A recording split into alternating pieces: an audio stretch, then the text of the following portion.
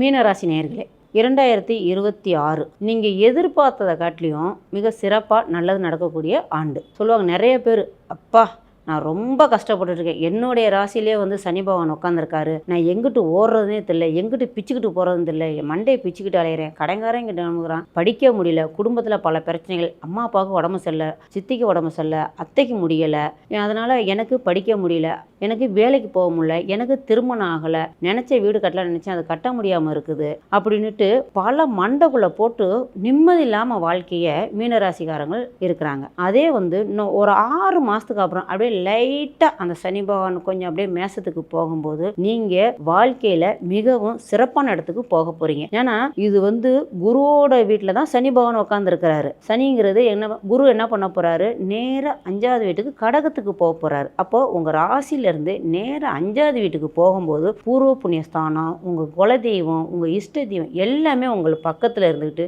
நீங்கள் வேண்டுகிறத எல்லாத்தையுமே கொடுக்க போயிடுது. அடுத்தபடியாக என் பையன் நான் படிக்க வைக்கலான்னு இருக்கேன், படிக்கவே மாட்டேங்க, மண்டையில் படிப்பே ஏற மாட்டேங்குது என் குழந்தைக்கு அப்படின்னு சொல்லும்போது அந்த குழந்தைக்கு குரு பயிற்சி ஆகும்போது கண்டிப்பாக படிப்பு ஏறுறதுக்கு வாய்ப்பு இருக்குது, பெரிய போர்ஷன் போகிறதுக்கும் வாய்ப்புகள் இருக்குது 2026.